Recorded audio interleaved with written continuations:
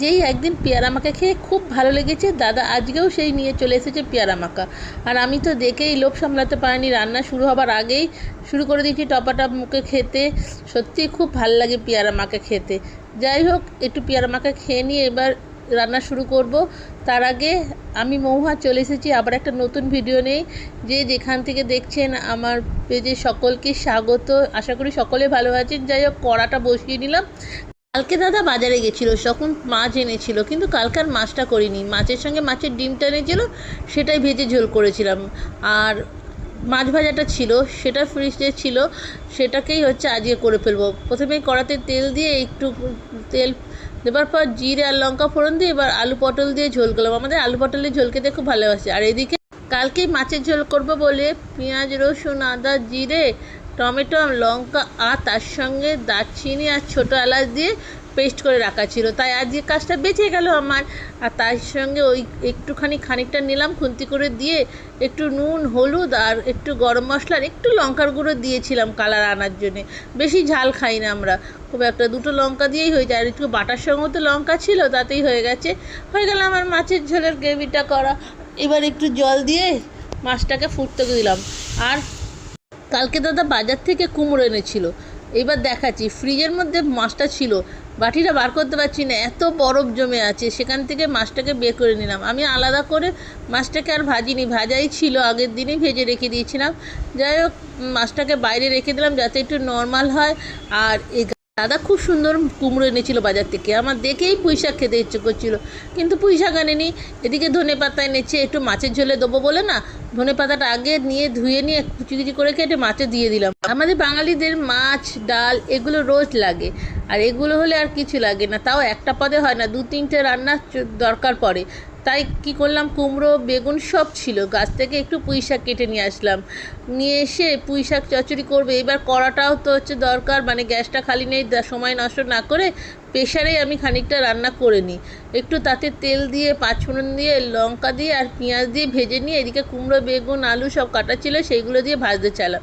পুঁই শাকে না মাথা হলে খুব ভালো লাগে, কিন্তু ছেলেটা আমার একদম মাছের মাথা দিলে খেতে চায় না, সেই জন্যই তো বিরক্ত লাগে। আসলে ঘরে সবাই যদি না খায়, নিজে একটু স্যাক্রিফাইস করা যেতেই পারে।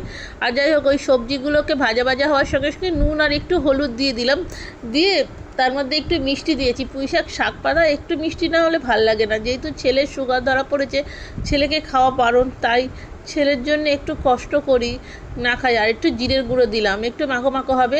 এবার পুঁই শাক পাতাগুলো সব ডাল ঢাল শুদ্ধ দিয়ে দিলাম। পুঁই শাকটা খুব সুন্দর, আর নিজের গাছে বলে বলছি না, নুন তা নয়।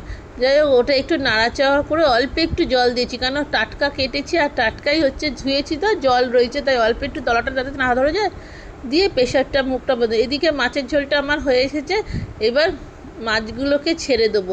মাছের ঝোল মানে এতক্ষণ আলু দিয়ে পটল দিয়ে সেদ্ধ করতে দিয়েছিলাম, চাকি হয়ে রয়েছে মাছটা ছাড়ানো যাচ্ছিল না, তাই আর কষ্ট করলাম না। আমি না কষ্ট করে মাছটাকে দিয়ে দিলাম যাতে গরমেই গলে যায়। আর ওর থেকে গরমে একটু জল কমে গেছিলো, ওর থেকে বরফটা বেরিয়ে এসেছে, জলটা বেরিয়ে গেল। এবার মাছের ঝোলটা নামিয়ে নিলাম।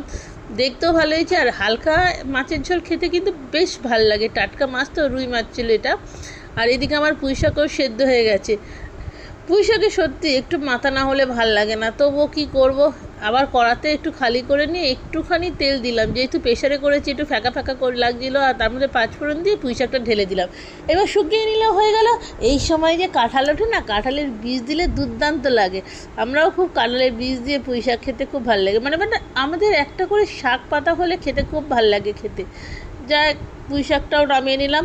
এবার বাকি রইল আর একটা রান্না, মানে অন্তত 3টে পদ হতেই হবে আমাদের ঘরে।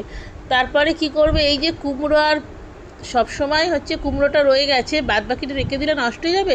উচ্ছে এনেছিল, আমরা তো উচ্ছে বেগুন দিয়ে খাই, উচ্ছে আলু দিয়ে, কিন্তু উচ্ছে কুমড়ো দিয়ে খেতে এত ভালো লাগে, তাই ছেলেটা না উচ্ছে এমনি খেতে চায় না।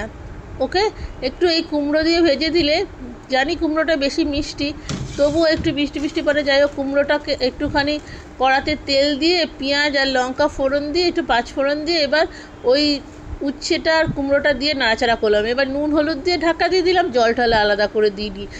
এই রোজ একঘেয়ে রান্না হয়ে গেছে, কি করব ভেবে উঠতে পারি না, প্রত্যেক দিনের একই হবে।